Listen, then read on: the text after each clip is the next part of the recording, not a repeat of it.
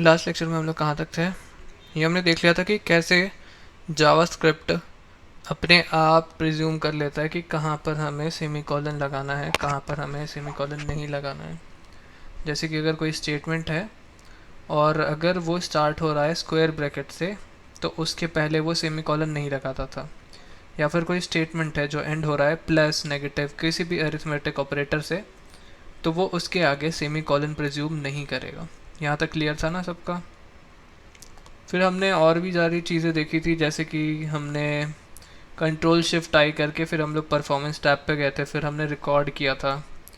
तो उधर हमने देखा था कि पहले कैसे पार्स होती है एचटीएमएल, फिर कैसे लोड होता है स्क्रिप्ट, फिर एग्जीक्यूट होता है स्क्रिप्ट, फिर बची कुची एचटीएमएल कैसे पार्स होती हैं, है ना। इसके अलावा हमने देखा था कैसे हम लोग डेफर यूज़ करते हैं, फिर कैसे हम लोग एसिंक का यूज़ करते हैं। इतनी सारी चीज़ें हमने देख ली थी, ठीक है। हमने यही सब देखा था अभी तक। बेसिक कोड स्ट्रक्चर, फिर अलर्ट स्टेटमेंट का कैसे हम लोग यूज़ करते हैं। कल अलर्ट स्टेटमेंट के अंदर क्या लिखते हैं, अलर्ट, फिर ब्रैकेट ओपन करते हैं डबल कोट्स के अंदर हेलो वर्ल्ड, या फिर जो भी हमें लिखना होता है वो हम लिखते हैं। हम लोग अलर्ट फंक्शन के अंदर कोई अरिथमेटिक ऑपरेशंस भी एग्जीक्यूट कर सकते हैं, ठीक है। इसके बाद हमने देखा था कि कैसे हम लोग यूज़ स्ट्रिक्ट का यूज़ कर सकते हैं। क्या हम लोग यूज़ स्ट्रिक्ट को किसी फंक्शन के अंदर लगा सकते हैं? कोई बताएगा?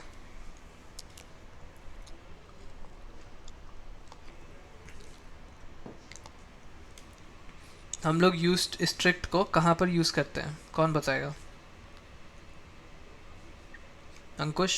सर टॉप पे सबसे पहले हाँ, टॉप इसी को पे। लिखते हैं। लेकिन किसी फंक्शन के अंदर भी हम लोग यूज़ स्ट्रिक्ट को लिख सकते हैं, तो उस केस में हमें टॉप पे लिखने की ज़रूरत नहीं पड़ती है, ठीक है।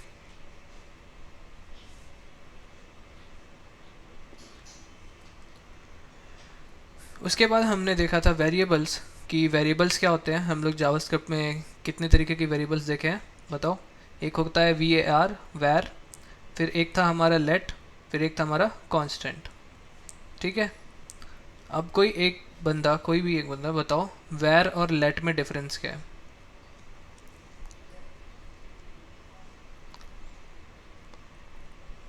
जल्दी से बता दो। वैर, लेट और कॉन्स्ट तीनों में डिफरेंस क्या क्या है?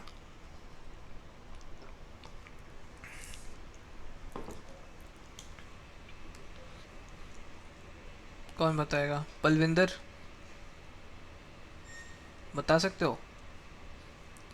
वैर, लेट और कॉन्स्ट तीनों में डिफरेंस क्या है?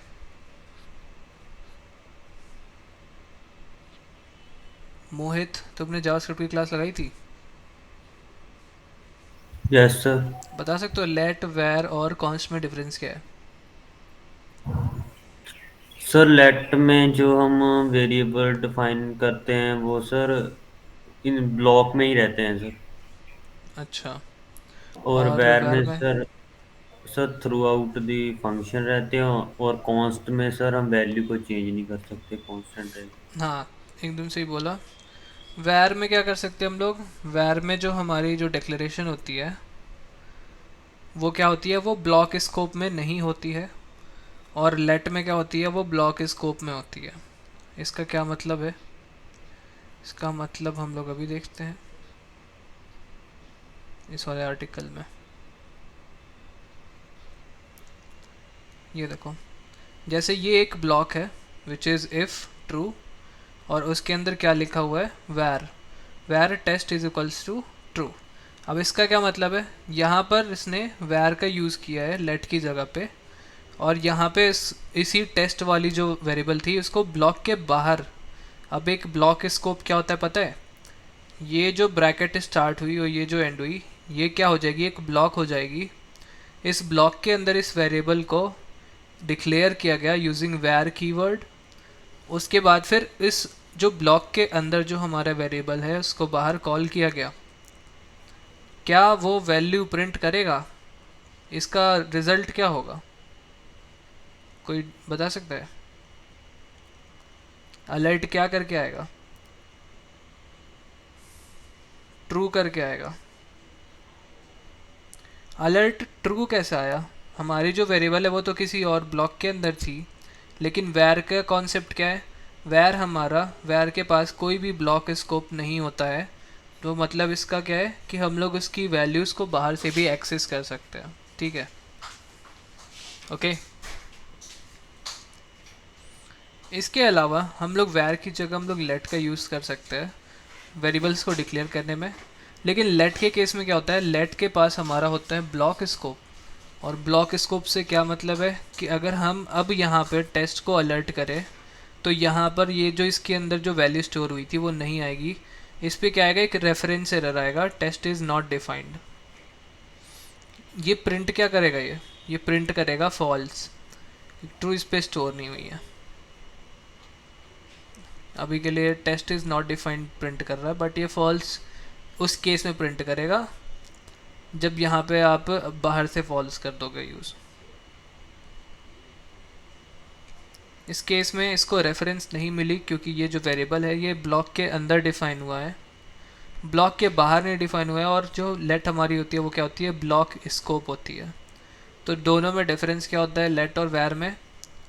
वैर हमारा ब्लॉक स्कोप नहीं होता है, मतलब कि उसकी वैल्यूज़ को हम लोग बाहर भी एक्सेस कर सकते हैं किसी ब्लॉक के। और हमारा जो लेट होता है वो ब्लॉक स्कोप होता है, उसको ब्लॉक के अंदर ही हम लोग एक्सेस कर सकते हैं। यहाँ पे और क्या लिखा है, वैर कैन नॉट बी ब्लॉक और लूप लोकल। अब इसका क्या मतलब है, यहाँ पे एक अलर्ट आई दिया गया है, आई यहाँ पे डिक्लेयर हुआ है, ये जो वैर है इस लूप के अंदर क्रिएट हुआ है। अब इस केस में क्या करेगा, ये यहाँ पे वैर यूज़ हुआ है इसलिए यहाँ पे ये जो वैल्यू है वो आ जाएगी। आई 10 बार इंक्रीमेंट हुआ, जैसे वो 10 हुआ वो एग्जिट कर गया, इस वजह से यहाँ पे अलर्ट आई पे क्या प्रिंट होगा, 10 प्रिंट होगा। फिर अलर्ट 1 लिखा हुआ है, 1 के अंदर क्या वेरिएबल थी, वैल्यू थी, ये देखो ये वैल्यू है 1 के अंदर।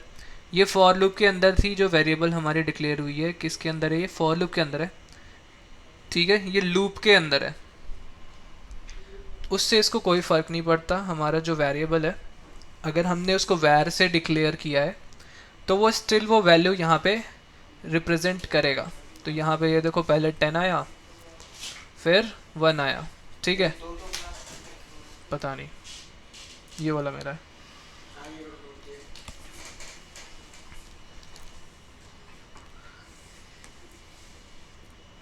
ठीक है, नेक्स्ट क्या लिखा है, if a code block is inside a function. किसी फंक्शन के अंदर अगर हम लोग वेरिएबल का यूज़ करते हैं, मान लो कि ये एक ब्लॉक है, इसके अंदर ये वेरिएबल लिखा हुआ है, ये किसी फंक्शन के अंदर है, ठीक है। तो जिससे आप कॉल करोगे, फॉर एग्जांपल इधर से हाई लिखा है तो ये फंक्शन क्या हो गई, कॉल हो गई। तो यहाँ पे ये जो अलर्ट है ये इसको एक्सेस कर सकता है, इस वेरिएबल को, ठीक है, ये इस वेरिएबल को एक्सेस कर सकता है। लेकिन यहाँ पे अगर हम लोग इस वेरिएबल को एक्सेस करना चाहें तो सेम यहाँ पे रेफरेंस एरर आएगा, फ्रेज इज़ नॉट डिफाइंड। तो वैर में क्या होता है, अगर वो किसी फंक्शन के अंदर है, ठीक है, if a code block is inside a function then var becomes a function level variable, ठीक है। अगर वो किसी फंक्शन के अंदर है तो वो फंक्शन के अंदर ही काम करेगी, फंक्शन के बाहर उस वेरिएबल का कोई मतलब नहीं है, वो एग्जिस्ट नहीं करेगी, ठीक है। उस पर क्या आने लगेगा, रेफरेंस एरर आने लगेगा। समझ में आ गया, क्लियर है?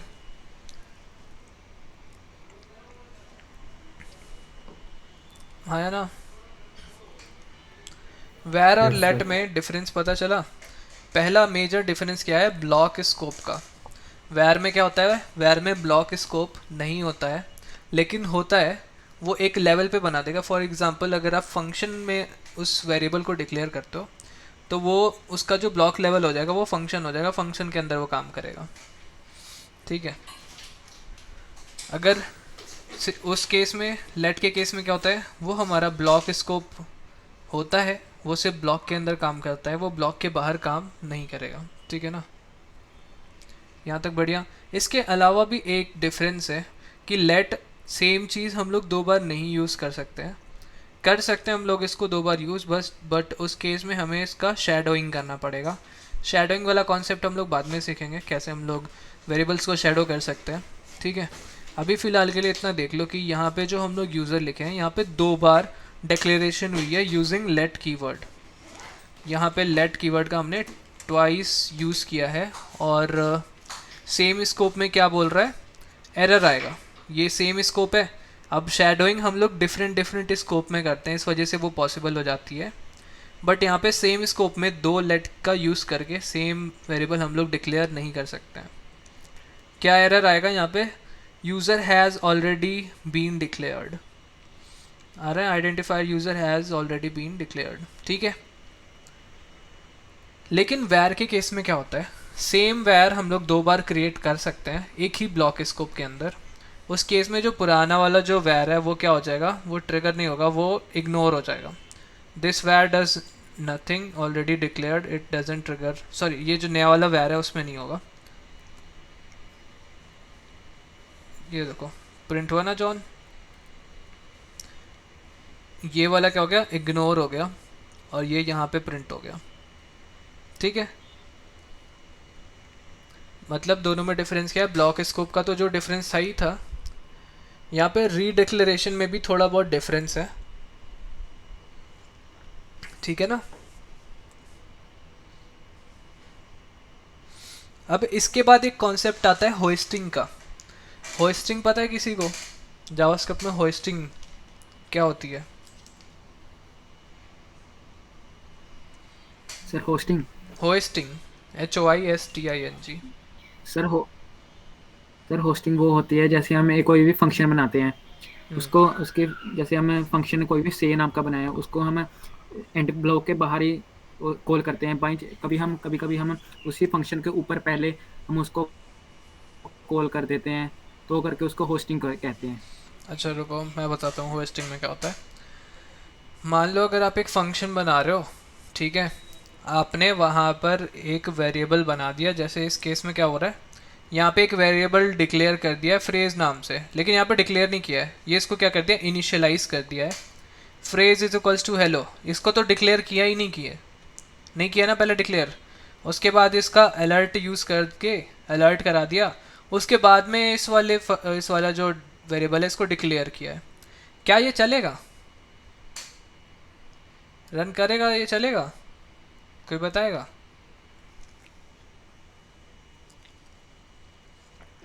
अंकुश ये चलेगा?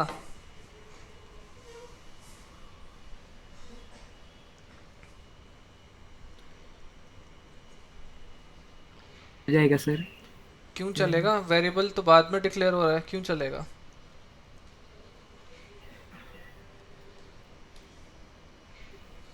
कोई भी अगर दूसरा कोड है, फॉर एग्जांपल अगर आप C++ में लिखते हो, वहाँ पे तो पहले वेरिएबल डिक्लेयर करना पड़ता है तब ना वो चलता है। जावास्क्रिप्ट के केस में ऐसा नहीं होगा, वहाँ पर एक कॉन्सेप्ट यूज़ होगा होस्टिंग का। होस्टिंग में क्या होता है, अगर आप किसी वेरिएबल को बाद में भी डिक्लेयर कर देते हो तो वो क्या अज्यूम करेगा, जावास्क्रिप्ट उसको हमेशा टॉप पे रखेगा, वो उसको रेज कर देगा। होस्टिंग का मतलब क्या होता है, रेज करना, ठीक है। अगर आपने उसको सिर्फ डिक्लेयर किया है, ठीक है, इस केस में क्या किया है, सिर्फ उसको डिक्लेयर किया है, तो वो क्या करेगा, ये वाला जो कोड है ये फिर भी रन कर जाएगा। ये देखो यहाँ पे हेलो लिख के आ रहा है, ठीक है। ये जो बाद में वेरिएबल डिक्लेरेशन हुई है ये उसको क्या कर देगा, रेज करके टॉप लेवल पे रख देगा, फंक्शन के ठीक नीचे रख देगा। इसका मतलब क्या हुआ कि पहले अगर ये ऐसे था तो जावास्क्रिप्ट इसको कोवर्ट्स करेगा और बोलेगा कि यार इसका मतलब तो यही होता है। Now there is a difference between coercion and conversion. Convert नहीं करेगा, ये क्या करेगा, कोअर्स करेगा। कोअर्स करके ये जो बॉटम पे था यहाँ पे वैर, इसको क्या कर देगा, टॉप पे कर देगा, इसको रेस कर देगा, ठीक है। इस केस में क्या होगा, इस केस में भी हमारा जो ये कोड ब्लॉक है ये क्या हो जाएगा, इग्नोर हो जाएगा। इस केस में क्या होगा, ये जो हमारा कोड ब्लॉक है ये इग्नोर हो जाएगा और ये स्टिल ये जो फंक्शन है ये वर्क करेगा। यहाँ पे क्या लिखा है, people also call such behaviour hoisting या फिर raising because all var are hoisted, मतलब कि raised to the top of the function, function के इधर टॉप पे यहाँ पे रेज हो जा रहा है। So in the example above, if false branch never executes, but that doesn't matter. The where inside it is processed in the beginning of the function. कि मान लो यहाँ पे तुमने if false लिख दिया तो आपको लग रहा होगा ये तो कभी एग्जीक्यूट ही नहीं होगा ये लाइन, बट ऐसा नहीं होता है. इस केस में भी हमारा क्या होगा, होस्टिंग होगा. हमारा जो डिक्लेयर्ड वेरिएबल है वो टॉप पर आ जाएगा. ठीक है, तो हमारा जो प्रोग्राम है वो स्टिल रन करेगा. ठीक है. अच्छा ये बताओ अब इस केस में क्या होगा. कोई एक बंदा रिस्पॉन्स देना मुझे कि इस केस में आंसर क्या आने वाला है. इस केस में तो क्या आएगा, इस केस में रन करेंगे तो हेलो आ गया. ठीक है, इस केस में आंसर क्या आएगा ये बताना.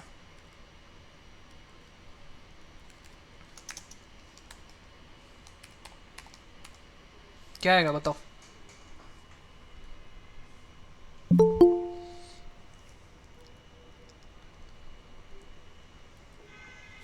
इस केस में आंसर क्या आएगा.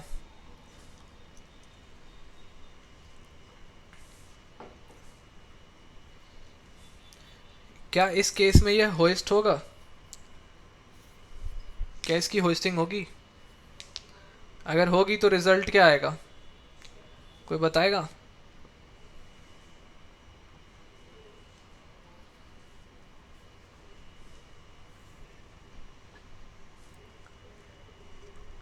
अंकुश,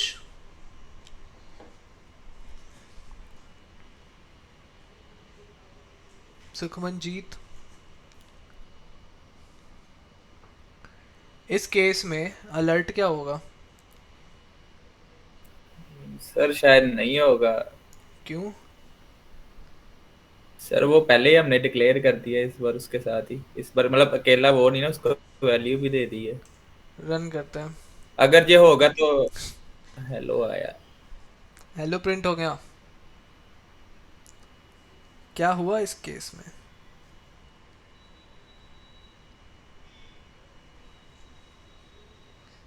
चलो ये लाइन पूरी उड़ा देते हैं. ठीक है, इसको भी उड़ा देते हैं, इसको उड़ा देते हैं. इस केस में क्या आएगा. हेलो, तो अब वैर लगाओ चाहे ना लगाओ, वो ऑलरेडी क्या डिफाइन कर लिया इस वैर को. इस वजह से ये एरर नहीं आ रहा है, बट ये एरर आता है. फॉर एग्जांपल अगर आप अभी तो हमने यहाँ पे फ्रेज को हेलो दे दिया, जैसे ये वाला एक एग्जांपल है. इस केस में देखो क्या होता है. कहाँ गया, ये रहा. इस केस में हमने अलर्ट कराया फ्रेज को. ठीक है, लेकिन यहाँ पर हमने जो उसको डिक्लेरेशन दी है वो हमने उसको बाद में दी है. तो इस केस में क्या प्रिंट करेगा, अनडिफाइंड प्रिंट करेगा. अगर हमने या तो ऐसा किया होता कि लाइक इसको एडिट करते हैं, काम करते हैं. कॉपी कैसे हो रहा है, इसको कॉपी करते हैं. अब इस केस में हम ऐसा करते हैं, ये करके देख लेते हैं कि मान लो फ्रेज को कुछ दे दिया. अरे यार ये एंटर हो गया गलती से.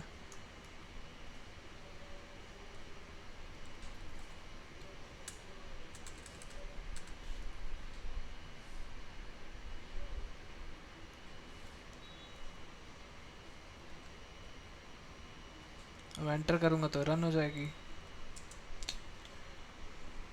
इस पे एडिट ही नहीं हो रही है. छोड़ो, उधर एडिट करते हैं.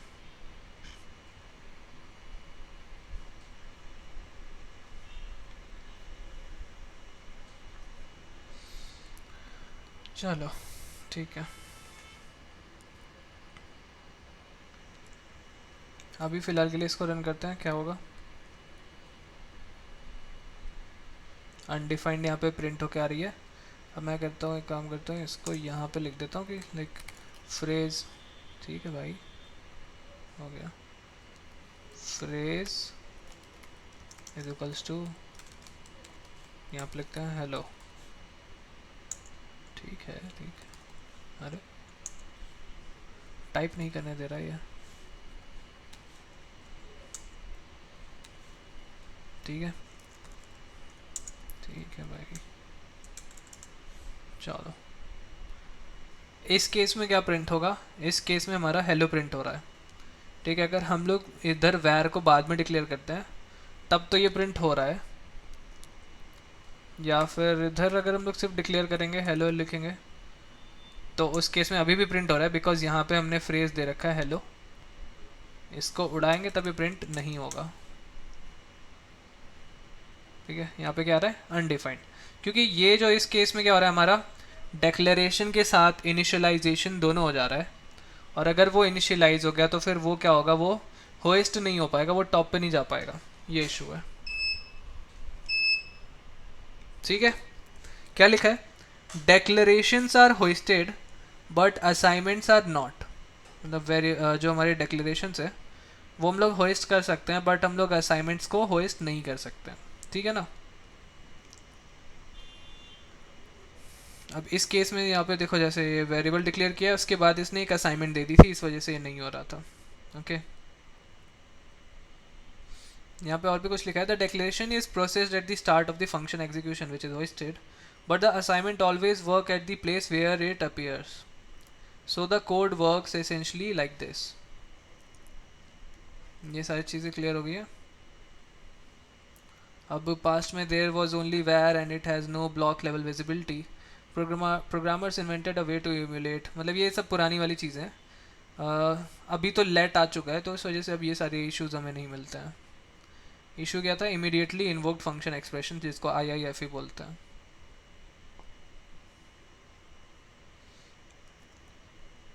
समरी का एक बार फिर से पढ़ लो। दो मेजर डिफरेंस हैं वेयर और लेट में।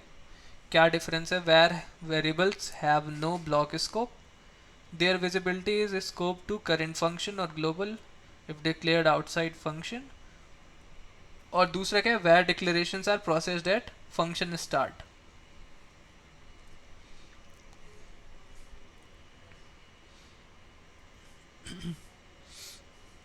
ठीक है,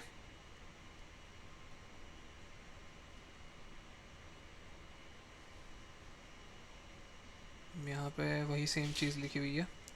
यहाँ पे एक होस्टिंग का छोटा सा डेफिनेशन दिया है कि var declarations are hoisted meaning that the variable is move to the top of the function scope और global scope and can be used before it is declared. This can lead to unexpected behaviour and potential bugs.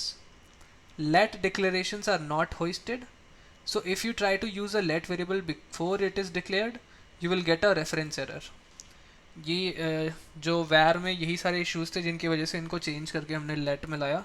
इनमें कुछ unexpected behaviour और कुछ bugs वगैरह आ जाते थे। फिर एक और था इसमें topic, reassignment. Var allows for reassignment of the same variable within the same scope. On the other hand let is designed to prevent reassignment of the same variable within the same block scope. इसलिए better है कि आप अगर let use करो तो बहुत ज़्यादा better होगा। ठीक है, सबको डिफरेंस पता चला where और let में।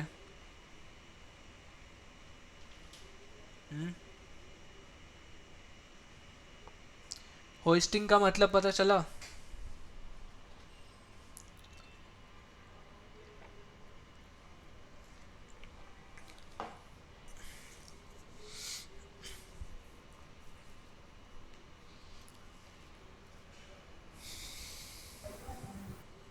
क्या हुआ, कौन माइक ऑन कर रहा है?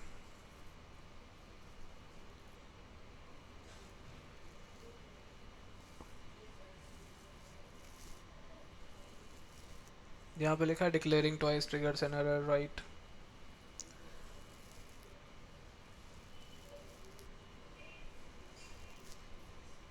यहाँ पे और भी कुछ लिखा हुआ, there exist so called pure functional programming languages such as Haskell that forbid changing variable values.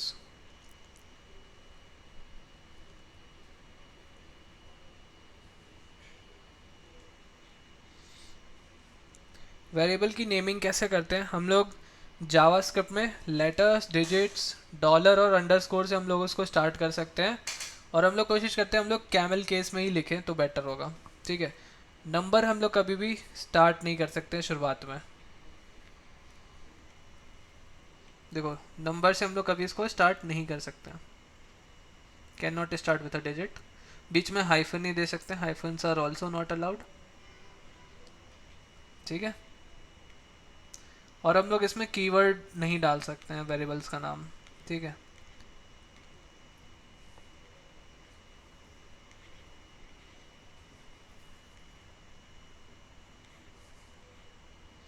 Const वाले जो भी वेरिएबल्स होते हैं हम लोग कोशिश करें कि उनको सिर्फ और सिर्फ कैपिटल लेटर्स में ही लिखें।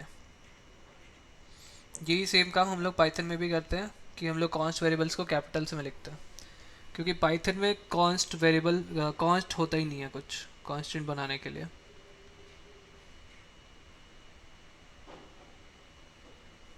यहाँ तक सबको समझ में आ गया? बड़े नेक्स्ट टॉपिक पे।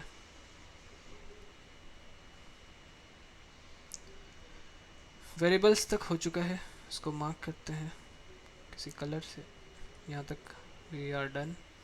नेक्स्ट है हमारा data types. Total 6 data types होते हैं हमारे जावास्क्रिप्ट में। देखते हैं कौन कौन से हैं डेटा टाइप्स, यहाँ पे कौन कौन से दिए हुए हैं। चलो स्टार्ट करते हैं। A value in JavaScript is always of a certain type. यहाँ पे देखो यार सिंपल कुछ वैल्यूज़ वगैरह दिए हुए हैं। We can put any type in a variable. A variable can at one moment be a string and then store a number. वही बात है जो जावा है, जावास्क्रिप्ट है सॉरी, वो हमारी क्या है, डायनेमिक प्रोग्रामिंग लैंग्वेज है। इसमें जो वेरिएबल होती है उसकी वैल्यू आप एक टाइम पर अगर स्ट्रिंग है तो आप उसकी वैल्यू चेंज करके नंबर भी कर सकते हो, ठीक है। ये डायनेमिकली टाइप्ड इसलिए बोली जाती है, इसको क्या कहते हैं, are also called dynamically typed, meaning that there exist data types but variables are not bound to any of them. अब बहुत सारे तरीके के होते हैं, जैसे beside regular number there are so called specific numeric values, जैसे infinity, negative infinity and N N क्या होता है हमारा, नॉट अ नंबर, ठीक है। एन को हम लोग क्या बोलते हैं, नॉट अ नंबर। यहाँ पे अगर हमें अलर्ट 1/0 करेंगे जावास्क्रिप्ट में तो अनडिफाइंड या फिर ये सब नहीं लिखता है, ये सिंपली इन्फिनिटी लिख के लाता है। ये सारी चीज़ें हमारी C++ में नहीं होती थी बट इसमें होती है, ठीक है। सिमिलरली यहाँ पे अलर्ट कर दिया इन्फिनिटी तो इन्फिनिटी वापस से आएगा। स्ट्रिंग को अगर किसी इंटीजर से डिवाइड करेगा तो इस केस में एन आता है हमारा, नॉट अ नंबर। किसी स्ट्रिंग को किसी इंटीजर से अगर डिवाइड करेगा तो क्या आएगा, नॉट अ नंबर। अब मैं एक क्वेश्चन पूछता हूँ, ठीक है, आप लोग को जवाब देना है कि 5 + 10 इसका आंसर क्या आएगा। ये तो इसमें पहले आंसर लिख दिया, 510, ठीक है। 5 + 10 का आंसर क्या आएगा, 510। ये क्या था हमारा, इंटीजर था, ये क्या था हमारा, स्ट्रिंग, ये क्या हो गया, 510, ओके। अब ये बताना कि अगर मैं कुछ लिखूं फॉर एग्जांपल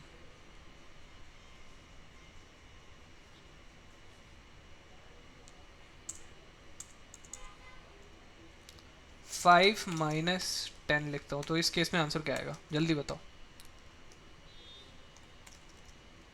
आंसर क्या होगा,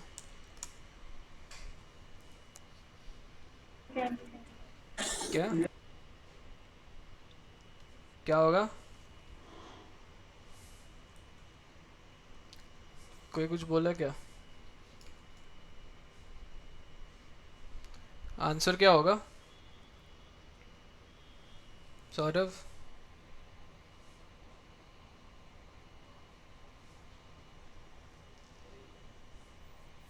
मोहित, सुखमनजीत, अंकुश, पर कोई तो बोल दो। 5 - 10 में आंसर क्या होगा,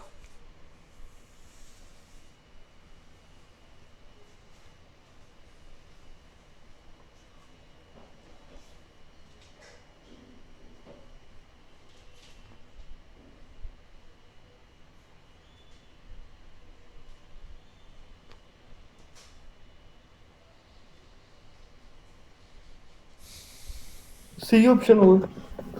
सी ऑप्शन। अरे मैं क्वेश्चन ये पूछ रहा हूँ, 5 - 10। ओके ओके, मैं अभी ज्वाइन किया, मैं देखा ही नहीं था, 5 - 10, बाहर गया था। कोई बात नहीं। सर मे बी 5/10 आएगा। कितना? 5/10? एक का आंसर है ये, एक का आंसर बताओ, बाकी अपना आंसर बताओ।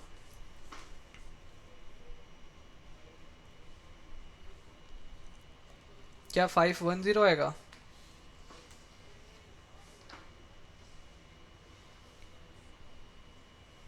क्या 5 आएगा? क्या -5 आएगा? क्या अनडिफाइंड आएगा? क्या नॉट अ नंबर आएगा? इनमें से क्या आएगा? इनमें से कौन सा ऑप्शन सही लग रहा है?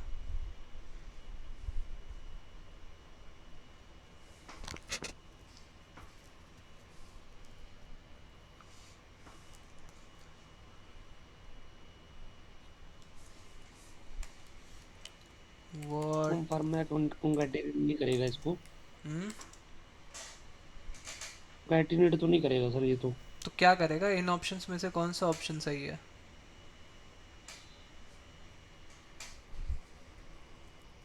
फाइंड होगा फिर। अनडिफाइंड। इस पे फाइनल लॉक किया जाए। Locked by Palvinder. बाकियों?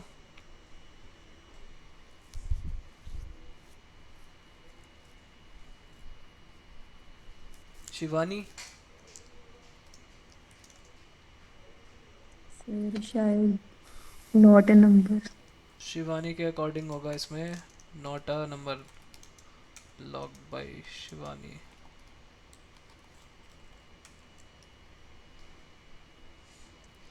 चलो देखते हैं क्या होगा। 5 - 10, आंसर इज -5। क्या हुआ? आंसर तो -5 आ गया। सर ये कैसे हुआ? -5 प्लस 10, -510। इस केस में कॉन्कैटिनेट नहीं हुआ। ये ऐसा क्यों हो रहा है? ये जावास्क्रिप्ट का बग है, ठीक है, और कुछ नहीं है, टेंशन लेने वाली बात नहीं है। ये क्या है? जावास्क्रिप्ट का बग है। अब स्ट्रिंग को अगर आप किसी नंबर से डिवाइड करोगे तो क्या आएगा? Not a number. ठीक है, समझ में आया? अच्छा ये जो बता। -5 आया वो आने चाहिए सर ना वो। क्या हुआ? तो -5 उसने दिया है आंसर, तो वो आना तो नहीं चाहिए ना इसलिए। -5 दिया तो क्या बोल रहे हो? सही है फिर -5 जो आया है। हाँ ये -5 सही है। ये जावास्क्रिप्ट में इसी तरीके से काम करती है जावास्क्रिप्ट। अब इसका कुछ नहीं कर सकते, ठीक है। प्लस में क्या करेगा? कॉन्कैटिनेट कर लेगा। माइनस में ये इस तरीके से बिहेव कर रहा है। चलो एक और क्वेश्चन बताओ, इसका क्या वैल्यू होगा? ये उड़ा देता हूँ मैं, ठीक है। इसकी वैल्यू बताना कि मान लो कि मैंने यहाँ पे लिखा पलविंदर, ठीक है, मैंने इधर क्या लिखा? सिंह। इस केस में क्या होगा? क्या कॉन्कैटिनेट कंकैटिनेट करेगी? करेगा सर। जी हाँ, ये कॉन्कैटिनेट करेगी और इसका आंसर कुछ ही होगा। लेकिन क्या होगा अगर हम ऐसा कुछ लिख दे तो?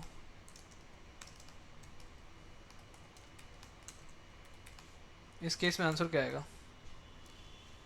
सर पहले सिंह आएगा फिर बलविंदर आएगा। पहले सिंह आएगा फिर पलविंदर आएगा और बाकी लोग?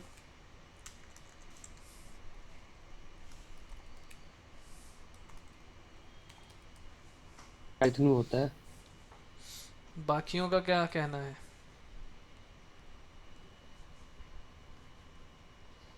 सौरभ, अगर हम यहाँ पे पहले पलविंदर लिख दें माइनस फिर हम लोग सिंह लिख दें, इस केस में आंसर क्या आएगा? नॉट अ नंबर, ठीक है। आप स्ट्रिंग को माइनस कैसे कर सकते हो? स्ट्रिंग नंबर थोड़ी ना है, ठीक है। इस केस में आंसर क्या आएगा? Not a number. इसके अलावा जावास्क्रिप्ट में कुछ टाइप्स होती हैं, जैसे कि ये तो स्ट्रिंग हो गया, इंटीजर हो गया, एक बुलियन टाइप होता है। बुलियन मतलब पता है ना? True false. इस केस में क्या होगा अगर मैं ट्रू प्लस ट्रू लिखता हूँ तो इस केस में रिजल्ट क्या आएगा?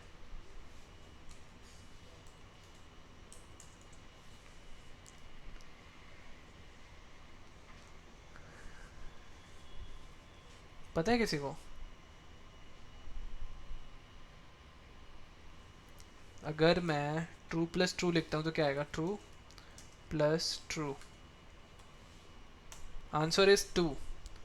ठीक है, ट्रू का मतलब होता है 1 और फॉल्स का मतलब होता है 0।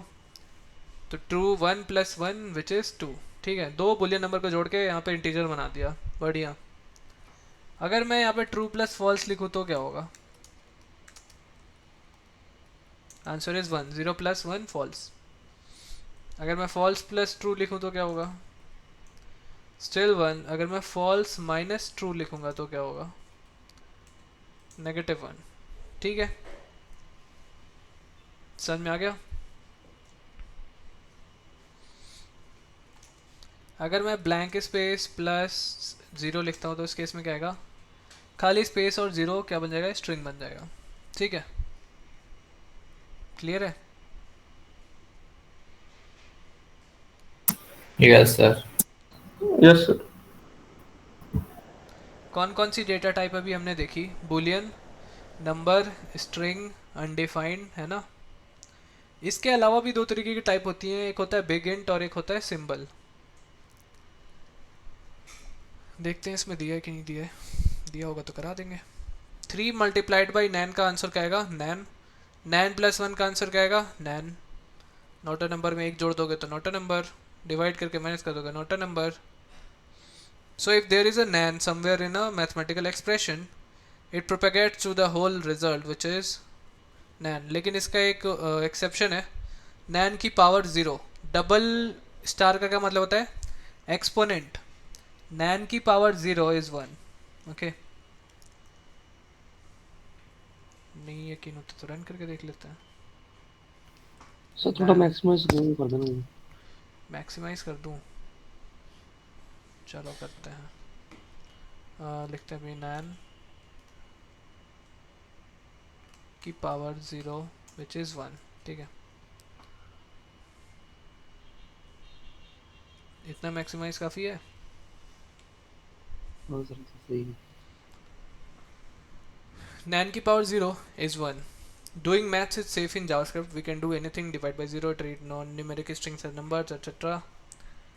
At worst, we will get nan as the result. अब एक डेटा टाइप मैंने बोला था बिग इंट, ये क्या होता है? The number type can not safely represent integer value larger than. ठीक है यार, यहाँ पे जो इंटीजर वैल्यू है वो कई गुना ज़्यादा रहती है नॉर्मल इंटीजर वैल्यू से, इसलिए हम लोग इसको क्या बोलते हैं? Big int.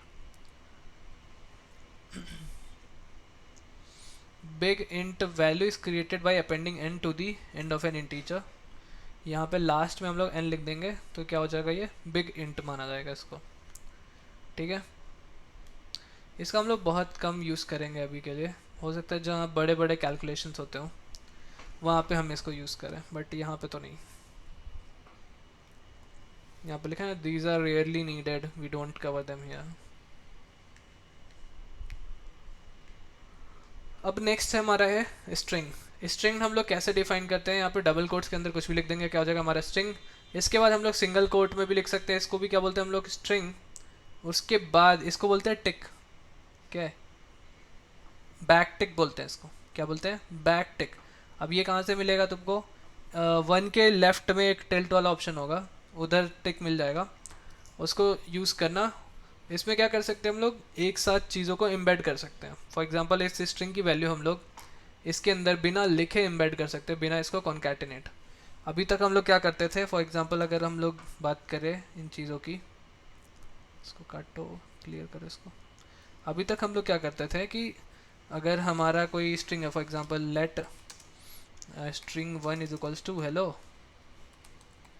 ठीक है, उसके फिर लेट स्ट्रिंग, यहाँ पे नहीं कर सकते हैं ये काम। Online JavaScript compiler,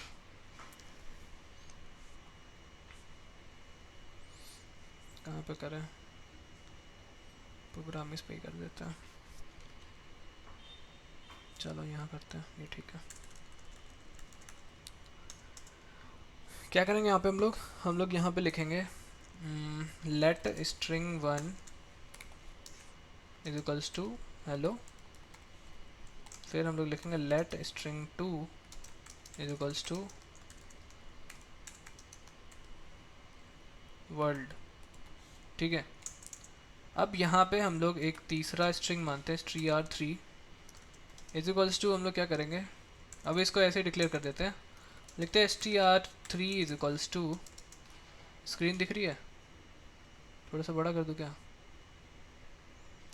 str3 is equals to क्या लिखेंगे यहाँ पे, str1 प्लस str2, इसको क्या कर देते हैं, प्रिंट करा देते हैं console.log str3, इसको रन कराते हैं।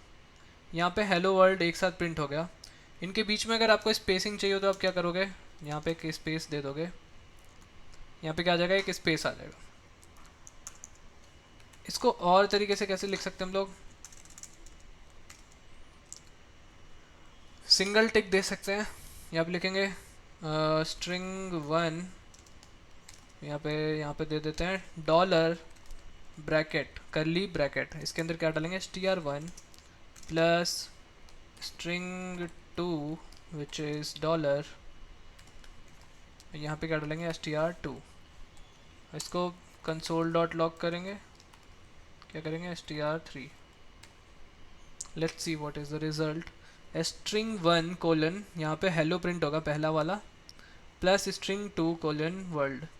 तो यहाँ पे क्या किया हमने दूसरे स्ट्रिंग की वैल्यू यहाँ पे एम्बेड कर दी, क्या कर दी हमने, एम्बेड कर दी इसको। ठीक है, यहाँ तक क्लियर है।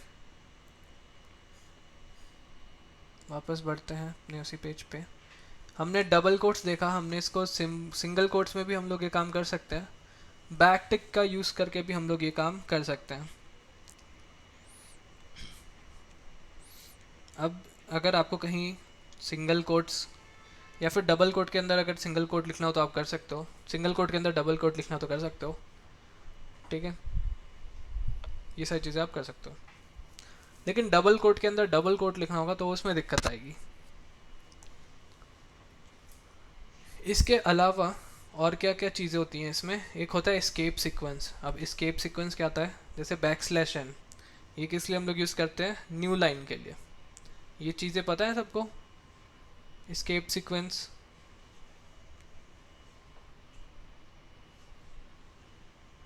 हाँ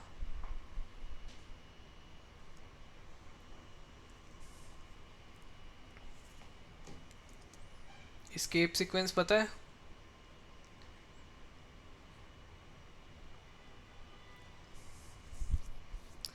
चलो उसको कवर कर देंगे अगर नहीं पता होगा तो। ठीक है, बूलियन टाइप में आपकी ट्रू फॉल्स हो गई, ये सारी चीज़ें हम लोग देख लिए हैं। नल क्या होता है, the special null value does not belong to any of the type described above, it forms a separate type of its own which contains only the null value. इसको हम लोग खुद से ही डिक्लेयर कर देते हैं, ये अलग से आती नहीं है। इसको जैसे मान लो अगर आपको कोई वेरिएबल खाली डिक्लेयर करनी हो फिलहाल के लिए तो आप उसको नल दे सकते हो अलग से। ठीक है, अनडिफाइंड क्या होता है, अगर आपने उसको डिक्लेयर करके इनिशियलाइज नहीं किया लेकिन अगर आप उसकी वैल्यू प्रिंट करोगे तो उस केस में आपकी जो वैल्यू है वो आएगी undefined, that is value is not assigned. ठीक है, अब इसके अलावा कौन कौन से टाइप्स होते हैं, एक होता है ऑब्जेक्ट और एक होता है सिंबल। अब ऑब्जेक्ट क्या होता है, जैसे यहाँ पे आप गए कंसोल पे, आपने लिखा विंडो, विंडो क्या हमारा, विंडो इज़ एन ऑब्जेक्ट, इसके अंदर बहुत ढेर सारी वैल्यूज़ हैं। विंडो क्या है, ऑब्जेक्ट है और इसके अंदर क्या हमारी ढेर सारी वैल्यूज़ हैं।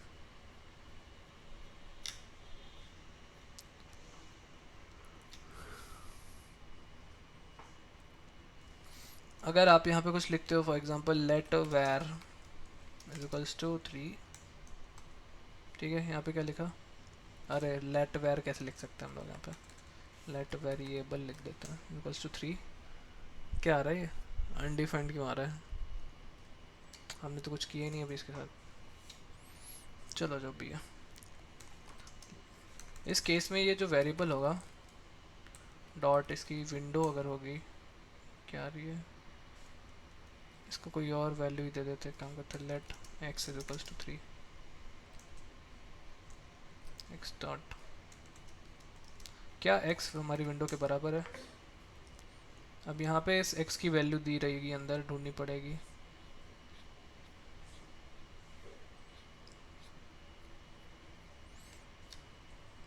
पता नहीं कहाँ मिलेगी, छोड़ो इसको फिलहाल के लिए, बाद में देखते हैं। फिलहाल ये समझ लो ऑब्जेक्ट क्या होता है। वो विंडो क्या होता है हमारी, विंडो हमारी होती है ऑब्जेक्ट। क्या लिखा था, object type is special, all other types are called primitive because their values can contain only a single thing. ठीक है, जैसे कि इंटीजर हो गया, फिर आपके फ्लोट, फ्लोट तो इसमें आते नहीं है, इसमें सिर्फ नंबर होता है, स्ट्रिंग होता है, बुलियन होता है, बिग इंट होता है। इन सब में क्या होती है, सिर्फ और सिर्फ एक वैल्यूज आ सकती हैं। लेकिन ऑब्जेक्ट में क्या होता है, की और वैल्यूज आते हैं उसमें। Object are used to store collection of data and more complex entity. ठीक है, अब ये ऑब्जेक्ट हो गया। एक हमारा होता है सिंबल। सिंबल मैंने अभी जस्ट बोला था कि लाइक सिंबल भी एक तरीके का डेटा टाइप है जो हम लोग यूज़ करते हैं जावास्क्रिप्ट में। तो ये हम लोग यूज़ करते हैं to create unique identifiers for object. जब हम लोग ऑब्जेक्ट्स वगैरह जब क्रिएट करते हैं तो उनके लिए हम लोग जब यूनिक आइडेंटिफायर्स क्रिएट करते हैं, उस केस में हम लोग सिंबल टाइप का यूज़ करते हैं।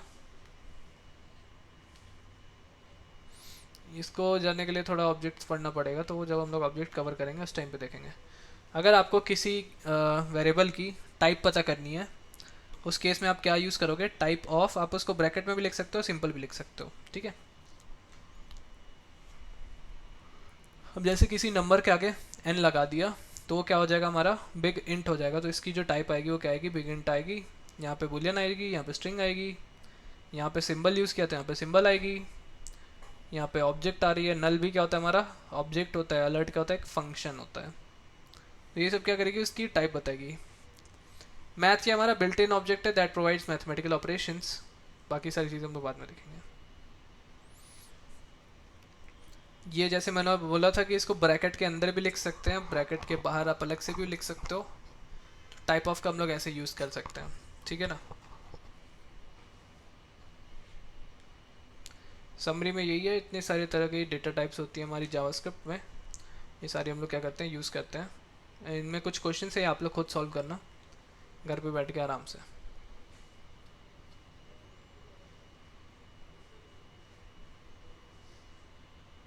क्योंकि data types is also covered.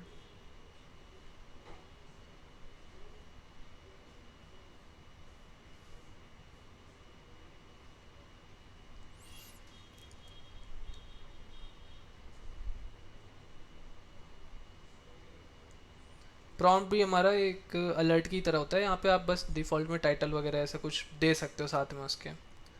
ऐसे इसको अगर रन करें, जैसे यहाँ पे लिखा है let age is equals to prompt how old are you, उसके बाद फिर 100।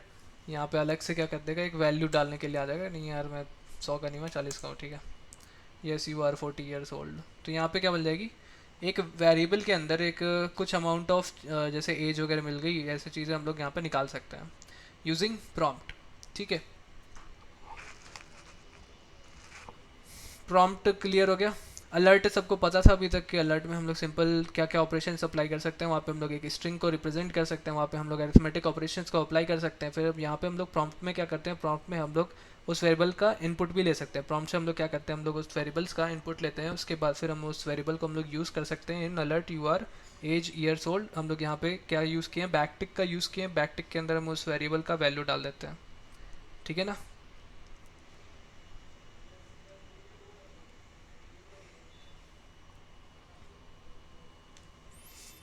जैसे यहाँ पे इसको हमने रन किया, यहाँ पे टेस्ट आया। अब प्रॉम्प्ट के अंदर ये क्या है, हमारी ये जो टेस्ट लिखी हुई है ये क्या होती है, हमारी टाइटल होती है। इसके अंदर आप कोई भी वैल्यू डाल दो, एंटर कर दो। ठीक है, वो आपके ऊपर है।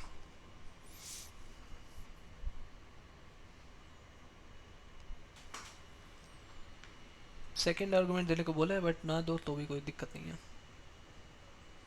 अब प्रॉम्प्ट हो गया, अलर्ट हो गया, इसके बाद कंफर्म है। 2 मिनट का वेट करो, आता हूँ मैं।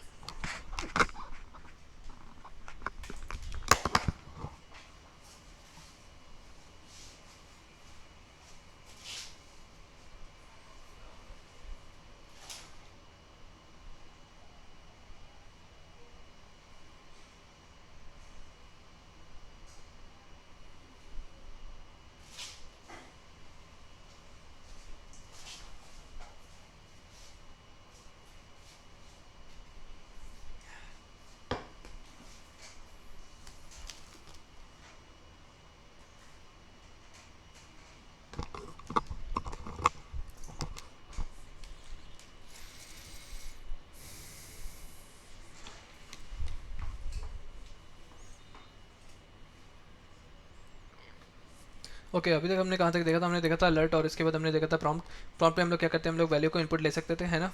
उसके बाद हम लोग किसी वेरिएबल के अंदर उसको स्टोर करा सकते हैं, फिर हम लोग उसको आउटपुट दिखा सकते हैं, ठीक है। कन्फर्म में क्या होता है, हम लोग कन्फर्म जब उसके अंदर कोई क्वेश्चन डालते हैं तो उस केस में हम लोग ओके या फिर कैंसिल ओके ये इस तरीके की वैल्यूज हम लोग ले सकते हैं। फॉर एग्जांपल इस केस में क्या है, एक वेरिएबल लिया है इस बॉस नाम से, उसके बाद इसने यूज़ किया कन्फर्म वाली फंक्शन, उसके अंदर लिखा कि आर यू द बॉस। उस केस में फिर आप लोग को प्रेस करना है ओके या फिर कैंसिल। जैसे कि इसको रन कराते हैं, देखो ओके या फिर कैंसिल आता है। Are you the boss, yes I am the boss. उस केस में क्या आएगा आंसर, ट्रू आएगा।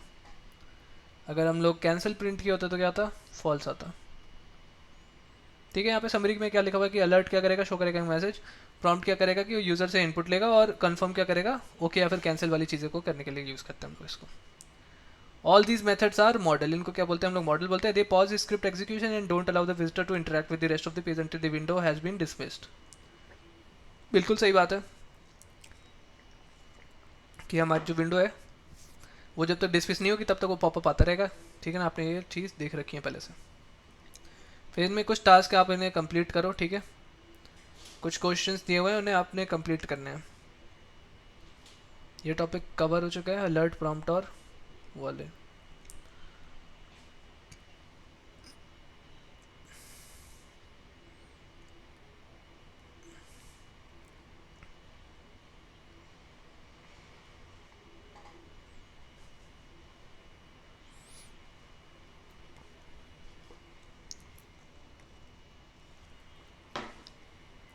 नेक्स्ट टॉपिक हमारा टाइप कन्वर्जन। टाइप कन्वर्जन में कुछ नहीं होता है यार, बस यहाँ पे हम लोग टाइप को कन्वर्ट करते हैं।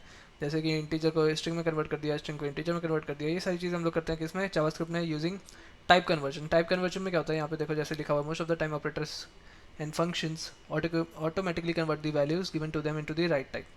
जावास्क्रिप्ट में क्या होता है, कभी कभी प्रीज्यूम वो कर लेता है और वो अपने अकॉर्डिंग वो कन्वर्ट कर देता है। अब यहाँ पे कन्वर्जन और कोवर्जन मैंने दो चीज़ें बताई थी कि कोवर्जन और कन्वर्जन दो चीज़ें अलग अलग होती हैं।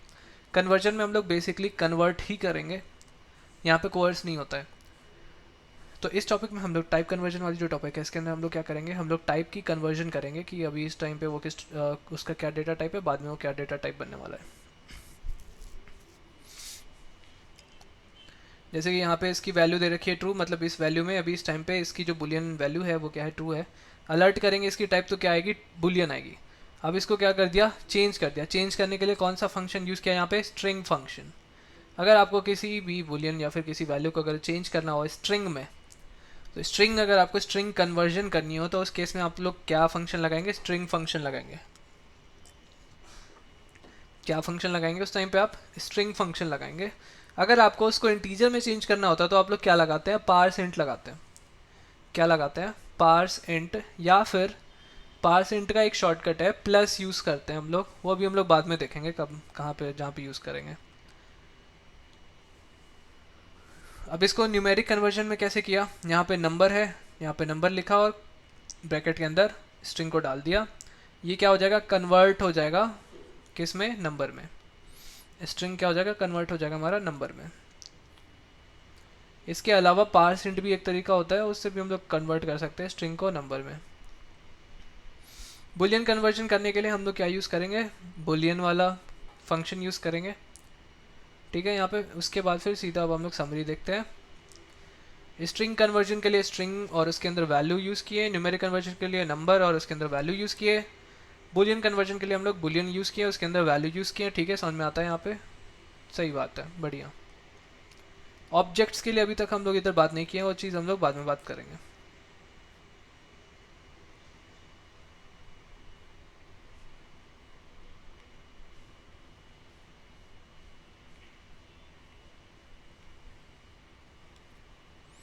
ये सारी चीज़ें आप लोग देख चुके हो, यूनरी बाइनरी ऑपरेंड, ये सब चीज़ें कराने की मुझे ज़रूरत नहीं है।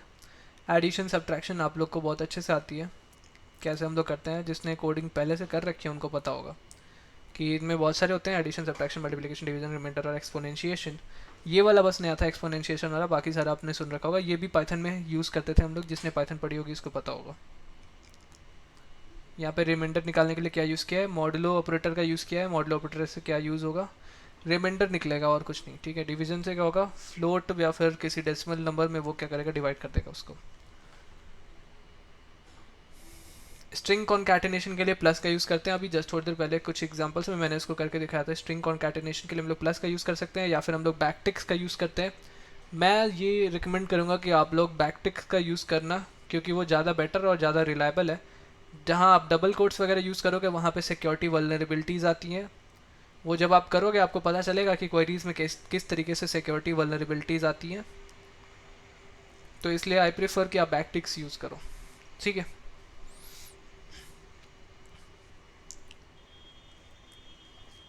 ये वाला एग्जांपल अभी किया था थोड़ी देर पहले कि कैसे प्लस यूज़ करते हैं, तो ऐसे हो जाता है। माइनस यूज़ करेंगे तो ये इसको कन्वर्ट कर देगा नंबर में। माइनस यूज़ करेंगे तो क्या करेगा, ये जो 2 है इसको कन्वर्ट कर देगा नंबर में। अब 6 डिवाइड बाई 2 ये क्या आ जाएगा, 3 आ जाएगा। क्या आ रहा है यहाँ पे, न्यूमेरिक कन्वर्जन आ रहा है। No effect on number. यहाँ पे प्लस x लिखा, कोई इफेक्ट नहीं पड़ा। प्लस y लिखा, कोई इफेक्ट नहीं पड़ेगा। लेकिन ये क्या करेगा, नॉन नंबर को कन्वर्ट कर देगा। फॉर एग्जांपल इस केस में अगर यहाँ पे ट्रू है और यहाँ पे प्लस है तो यहाँ पे क्या आएगा, 1 आएगा। और इसमें कुछ चेंजेस करके देखते हैं। इसको यहाँ से यहाँ तक कॉपी करते हैं।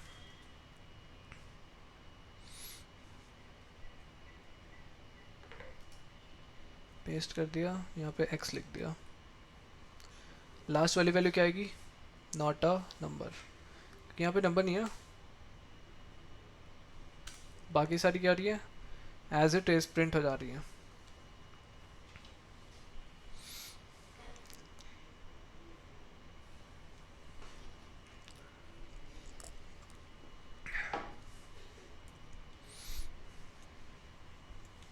मैंने अभी जस्ट जैसे बताया था कि प्लस ऑपरेटर का यूज़ करके हम लोग इसको कन्वर्ट कर सकते हैं।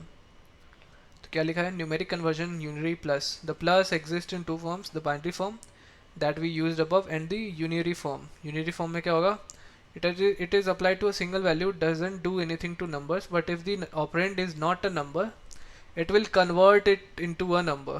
ये भी क्या होता है, हम लोग कन्वर्ट करने के लिए यूज़ करते हैं। पार्स इंट की जगह आप लोग प्लस ऑपरेटर का यूज़ कर सकते हो। ये क्या करेगा, हमारी किसी और डिजिट को नंबर में कन्वर्ट कर देगा, ठीक है, बढ़िया। जैसे कि मान लो कि अगर मैंने यहाँ पे प्लस लिखा हुआ है ना, यहाँ पे अंदर कोई मैंने नंबर डाल दिया इतना सारा, तो क्या प्रिंट करेगा, ये वो नंबर प्रिंट करेगा। इसकी अगर हम लोग टाइप प्रिंट करें कि व्हाट इज़ द टाइप, मान लो अगर हम लोग इसको कहीं पे स्टोर कराते हैं, इसको हम लिखते कि यार let x is equals to plus, और हम लोग यहाँ पे क्या करेंगे, कंसोल डॉट लॉग के अंदर क्या कर देंगे, टाइप ऑफ x, देखते क्या आता है। यहाँ पे हम लोग अलग से इसको डाल नहीं सकते हैं, identifier x has already been declared. कहाँ पे, अच्छा z कर देते हैं। लो क्या रहा है यहाँ पे, इसका टाइप हमने तो यहाँ पे डाला था स्ट्रिंग, है ना, यहाँ पे क्या डाला था, स्ट्रिंग डाला था। बट उसके आगे अगर हमने इसको प्लस लिख दिया तो उसकी कन्वर्ट हो जाएगी टाइप, और वो क्या बन जाएगा, वो नंबर बन जाएगा।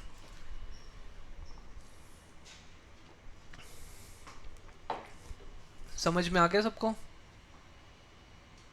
यहाँ तक समझ में आ गया ना। अब यहाँ पे क्या किया है, एप्पल और ऑरेंजेस को दोनों को जोड़ दिया है, यहाँ पे दोनों क्या हैं। लेकिन अगर इन दोनों को यहाँ पे उसके आगे प्लस प्लस लगा दिया तो उस केस में क्या बन जाएंगे, ये हमारे स्ट्रिंग क्या बन जाएंगे, नंबर बन जाएंगे, और नंबर साथ में जुड़ के एक वैल्यू दे देंगे, ठीक है। अब ऑपरेटर्स की कुछ प्रेसिडेंसी होती है, इसको आप लोग खुद देखना कि कौन सी ऑपरेटर पहले वर्क करेगी, क्या ब्रैकेट्स के अंदर वाले पहले सॉल्व होते हैं, कौन सी ऑपरेटर में, जैसे फॉर एग्जांपल इस केस में क्या होगा, 2 मल्टीप्लाइड बाई 2 पहले एग्जीक्यूट होगा, उसके बाद उसमें +1 होगा, ठीक है। तो ये ऑपरेटर्स की प्रेसिडेंसी है, आप इन प्रेसिडेंसी वाले लिस्ट को चेक करना, इसमें सारी चीज़ें दी हुई हैं। अब यहाँ पे कुछ असाइनमेंट्स दिए हुए होंगे, इसको करना है आपने, ठीक है। जैसे ये सब क्या दिया हुआ है, assignment is equals to return a value. यहाँ पे 2 बार असाइनमेंट ऑपरेटर का यूज़ किया है। ये आपको तब पता चलेगा जब आप यहाँ पर ये सारी चीज़ों को पढ़ेंगे कि इनकी क्या प्रेसिडेंसी होती है, उस केस में आपको पता चलेगा कि कौन सी वाली पहली एग्जीक्यूट होगी और क्या आंसर आएगा। ठीक है, ये चीज़ मैं पढ़ा नहीं सकता, यहाँ पे जो वैल्यू दी हुई है उसी अकॉर्डिंग इसकी प्रेसिडेंसी होती है, इसको रटना पड़ेगा आपको।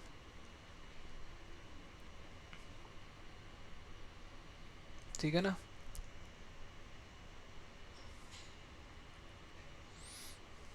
अब ये क्या है, मॉडिफाई इन प्लेस। अब n is equals to N plus 5 हम लोग लिख सकते हैं, या फिर हम लोग इसको लिख सकते हैं n plus is equals to 5। इन दोनों का मतलब क्या होता है, बिल्कुल सेम होता है। अगर आप प्लस इज इक्वल्स टू लिखते हो इसका मतलब क्या होता है, n is equals to N plus 5। ठीक है, आप सेम ऑपरेंड में 5 ऐड कर रहे हो, आप सेम ऑपरेंड में 2 मल्टीप्लाई कर रहे हो। ठीक है, इसी तरह आप माइनस भी यूज़ कर सकते हो, डिवाइड भी यूज़ कर सकते हो, बहुत सारी चीज़ें हैं। इसके बाद हमारा आता है पोस्ट इंक्रीमेंट डिक्रीमेंट ऑपरेटर, जिसमें आपका पोस्ट आता है और प्री आता है। इस केस में क्या हुआ है, पोस्ट यूज़ हुआ है। इस केस में ये 2 था, तो यहाँ पे अगर आप अलर्ट करोगे तो आंसर क्या आएगा, 3 आएगा। यहाँ पे अगर आप करोगे अलर्ट तो आंसर क्या आएगा, 1 आएगा। लेकिन अगर आप इसी को प्लस प्लस को अगर पहले लगा दो, प्री फिक्स फॉर्म में लगा दो, तो वो अगर यहाँ पे 1 है तो प्रिंट भी क्या करेगा, ये यहाँ पे अगर हम काउंटर को ही प्रिंट करा दे, अगर काउंटर को ही प्रिंट कराते हैं उस केस में आंसर 1 ही आना है। जैसे ये देखो, प्लस प्लस हमने बाहर बाद में लगाया, पोस्ट फिक्स में क्या होता है, आंसर बाद में चेंज होता है, पहले चेंज नहीं होता है। प्रीफिक्स में क्या होता है, आंसर प्रीफिक्स में आंसर पहले ही चेंज होके आ जाता है, और जो उसकी वैल्यू होगी इंक्रीमेंटेड वही शो करेगा पहले। ठीक है, ये सब भी आपने पहले कर रखा होगा आई गेस।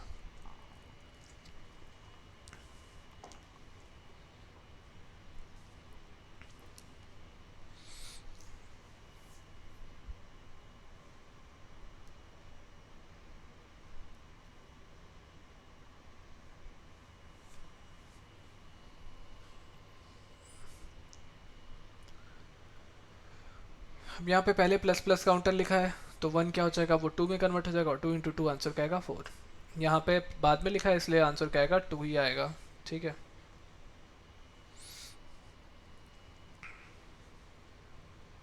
इस केस में आंसर क्या आएगा, इस केस में आंसर 2 आएगा, और ये बाद में लिखा हुआ है इसलिए ये काउंटर प्लस प्लस नहीं होगा।